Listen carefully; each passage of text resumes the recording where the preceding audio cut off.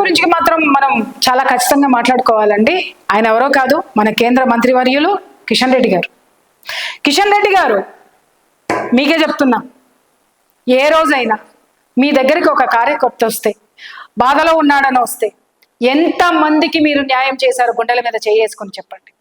నేను మొన్న జరిగినటువంటి చోటుకి వెళ్తే ఎంతమంది పిల్లలు వచ్చి బాధపడ్డారో, వాళ్ళ మీద అయ్యేటటువంటి కేసులకి మీరు ఏం సమాధానం చెప్పారో అక్కడ చాలా మంది కార్యకర్తల పిల్లలు నిజం చెప్తున్న వెక్కి ఏడ్చారు. ఒక కార్యకర్త అయితే తప్పుడు కేసులు బనాయించారు, 302 కేసు బుక్ అయ్యింది అని చెప్పి పరిగెత్తుకొని మీ దగ్గరకు వస్తే ఏం మాట్లాడారంట సార్? మీరు ఏం మాట్లాడారు? ఎవడు రమ్మన్నాడు ఇక్కడికి? ఎందుకు వచ్చినావు నువ్వు ఇక్కడికి? అబ్స్కాండ్ అవ్వాల్సింది అని మాట్లాడారట. ఆ కార్యకర్త ఎంత వెక్కి ఏడ్చాడో.